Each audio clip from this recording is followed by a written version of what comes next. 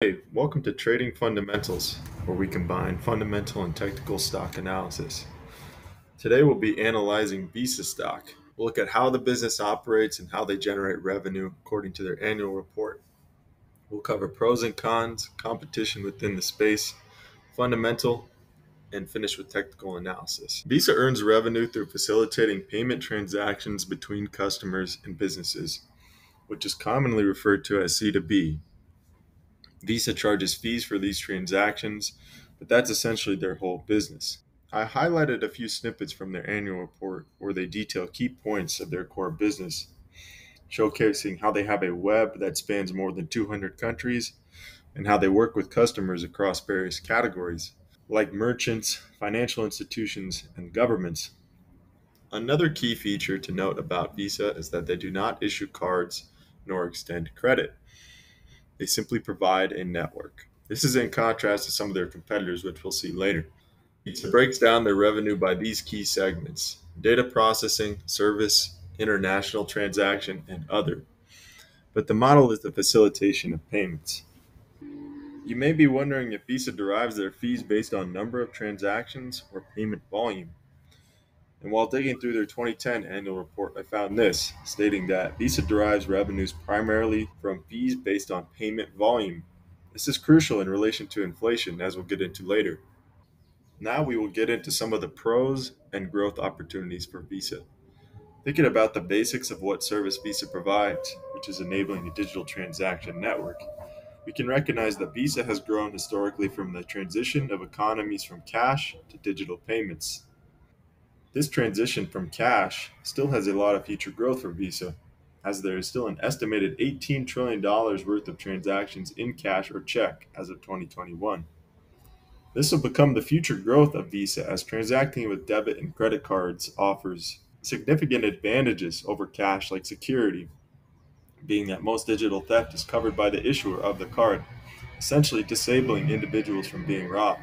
Also, on the note of credit card benefits, select cards offer perks such as cash back, premium upgrades in the case of travel, and access to amenities like airport lounges. Not to mention the value of credit itself, enabling people to buy things that they may otherwise not be able to afford. As the globe continues to shift to e commerce, these transactions will be conducted digitally, further catalyzing revenue growth. Another benefit that may not seem like a benefit initially is global inflation. That's because Visa earns revenue based on payment volume. So, as raw payment volume increases with inflation, Visa's revenue will be intertwined with that inflationary growth. The inflationary advantage doesn't stop there either. Visa doesn't produce physical products and therefore won't suffer like many businesses are currently due to their increased production and shipping costs. In general, companies that provide a digital service in inflationary times like these have a competitive advantage. In the digital payment processing space, network scale is crucial.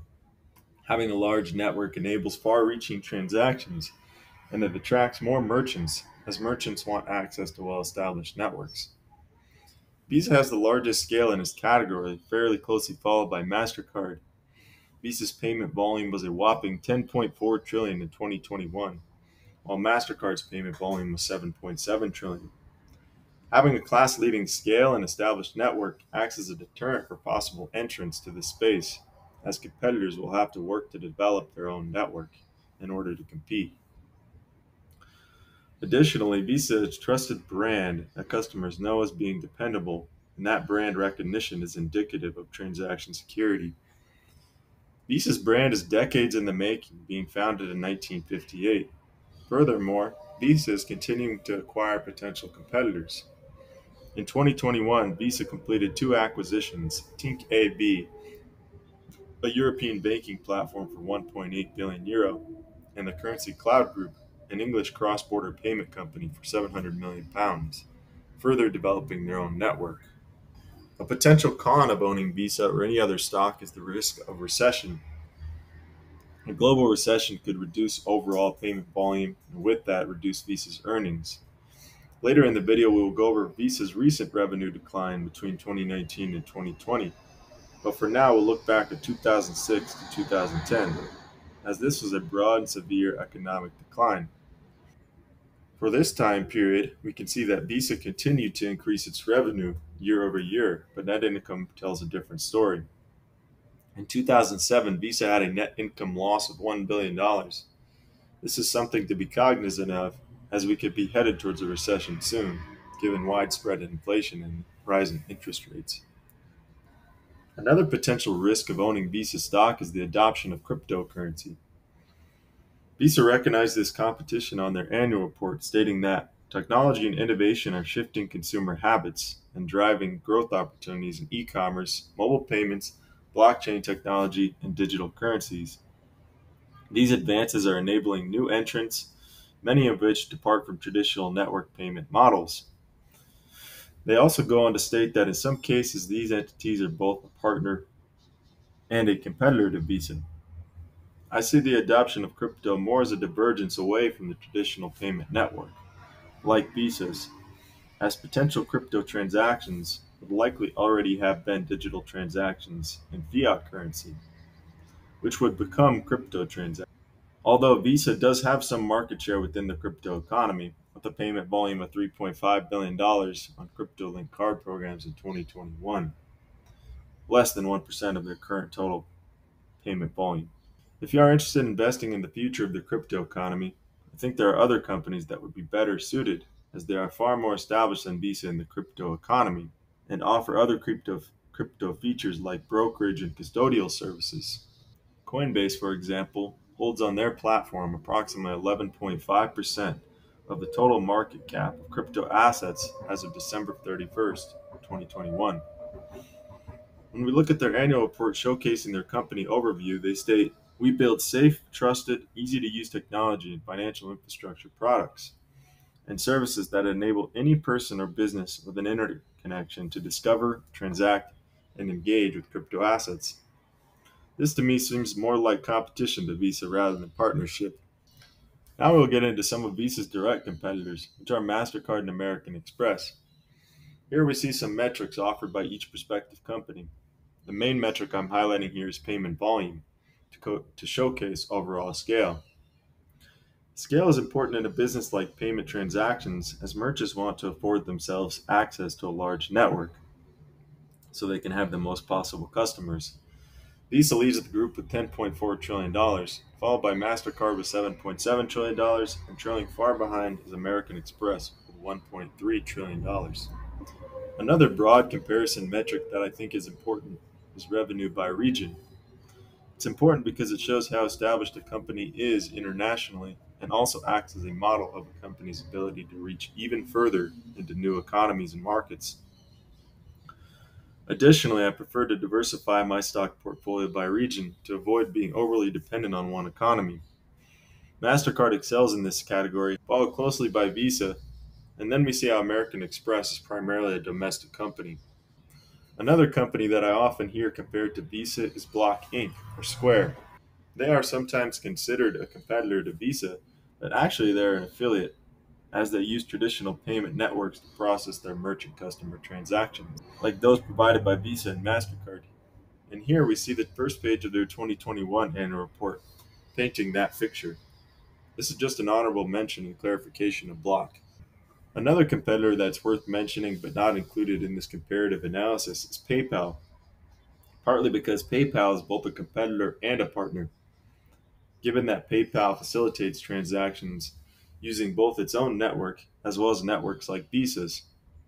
Additionally, PayPal is a more diverse business than Visa, as they had many subsidiaries that you can see here. Additionally, PayPal is a lending institution, partly through their buy now, pay later service, unlike Visa. They also facilitate the purchase and sale of crypto assets. PayPal is growing its revenue significantly faster than Visa too, but they are richly overvalued at a current PE of 47, trailing 12 months. This is just another honorable mention and reason for disclusion in this analysis. The true competitor to Visa in a side-by-side comparison is MasterCard. Just like Visa, they provide a network for facilitating transaction, and they do not issue cards of their own.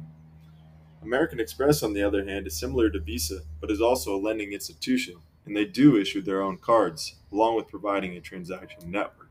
Now we will get into the fundamental analysis of Visa and its peers, MasterCard and American Express. First, we'll look at revenue, as it is the lifeblood of a business's growth. I've highlighted the winner of each metric with a green cell, and we'll be covering a 5-year period. 5 years is our duration because we want a recent and relevant picture of a business today. The further back we look into time, the further we get from the business and environment of today.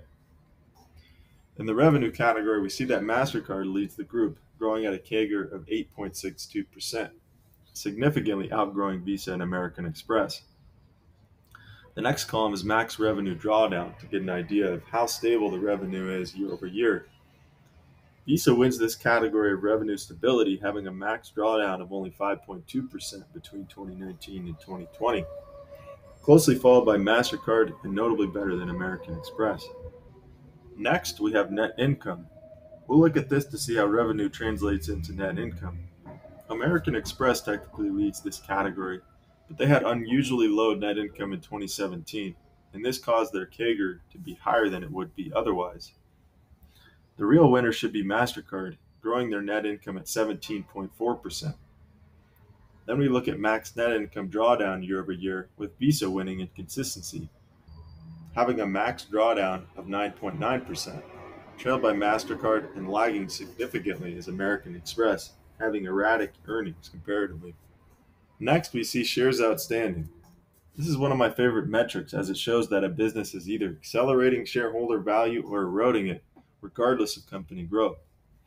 Dilution of shares is a red flag, and I avoid a company solely based on this metric, with the exception of REITs. All three of these companies are doing well in reducing their shares consistently, with American Express leading the group with a CAGR of negative 2.36%, followed by Visa, then MasterCard. Next, we have dividends per share. MasterCard wins here with an outstanding growth rate of 14.74%, or a total change of 99%, followed closely by Visa and significantly trailing is American Express.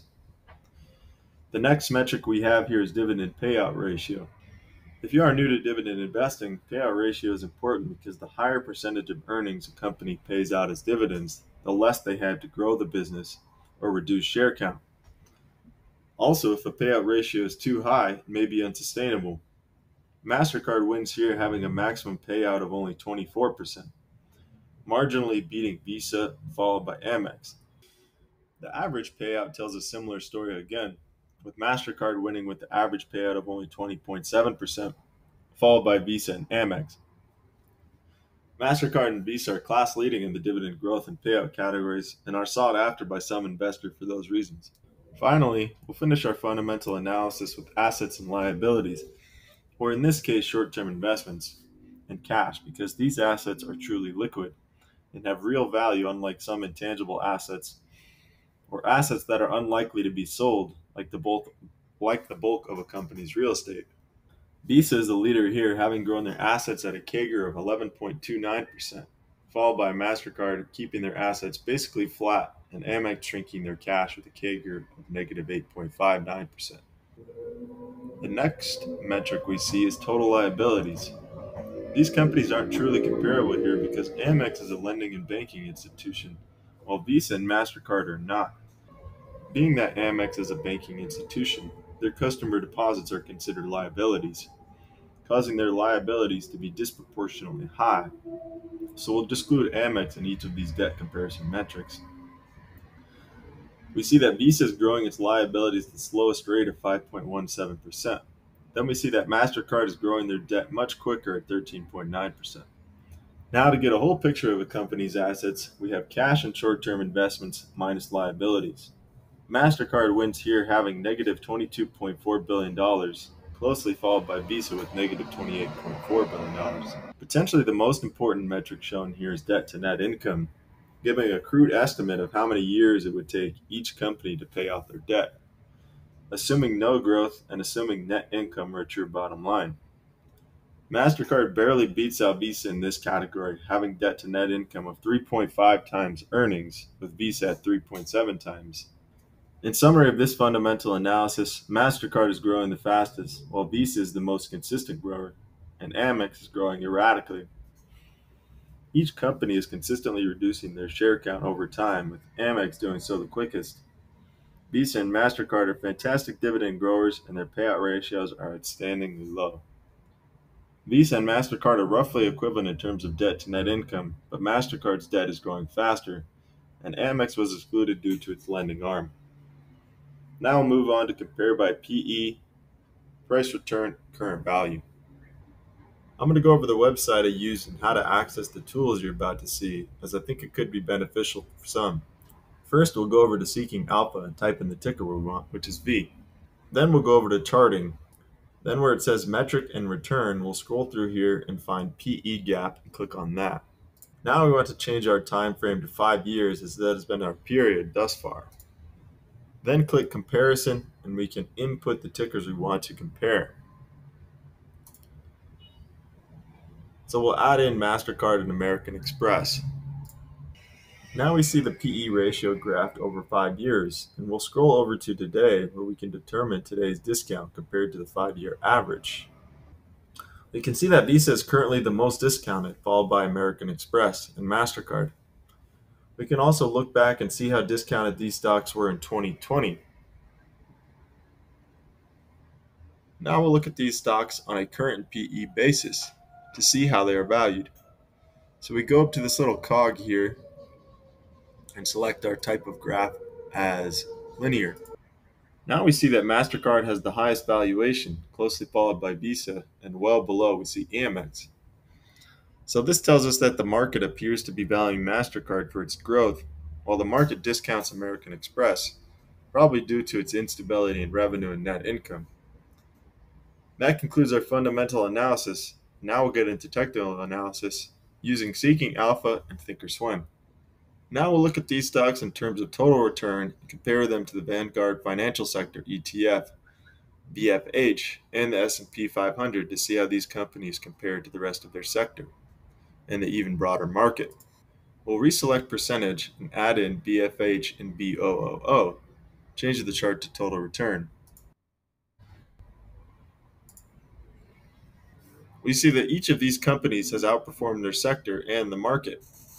MasterCard has substantially outperformed, and Visa more moderately so, although that's partly because Visa has become more discounted than MasterCard recently.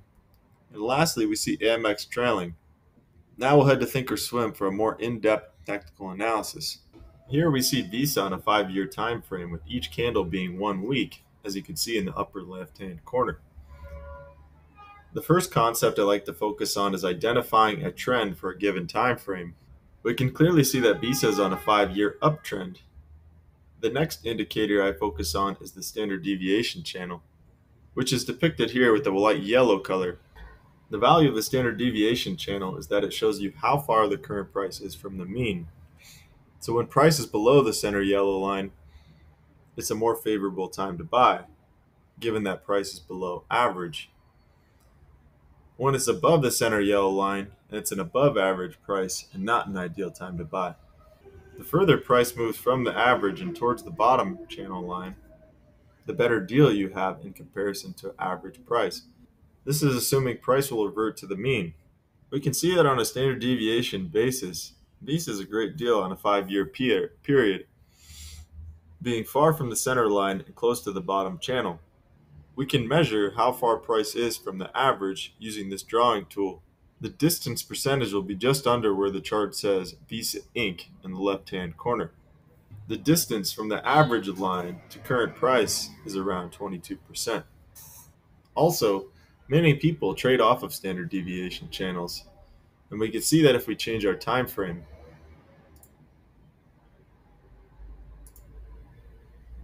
Price respects this time frame in this channel, although not always. So we see here on a 1-year time frame that the price of Visa stock and the traders of it seem to be respecting the lower standard deviation channel.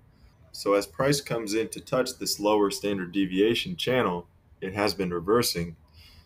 And when it gets to the top of this channel, again it reverses. And then recently here we can see again that it respected the bottom of this standard deviation channel, bouncing off of it here and again here. Another charting tool I like to use is basic support and resistance lines. Here we can see these red lines. The upper red line was where price could not break over in recent time, known as resistance, and the lower red line was where price was staying above, known as support. That is until price finally broke below support, falling below $189. Generally, using support and resistance lines, you want to be buying at support and selling at resistance. Visa just broke through support and looks to be consolidating around 180, but we will find out if this level is able to hold or not. The final indicator I use is the Relative Strength Index, or RSI, which is graphed at the bottom with a white line and two yellow channel lines.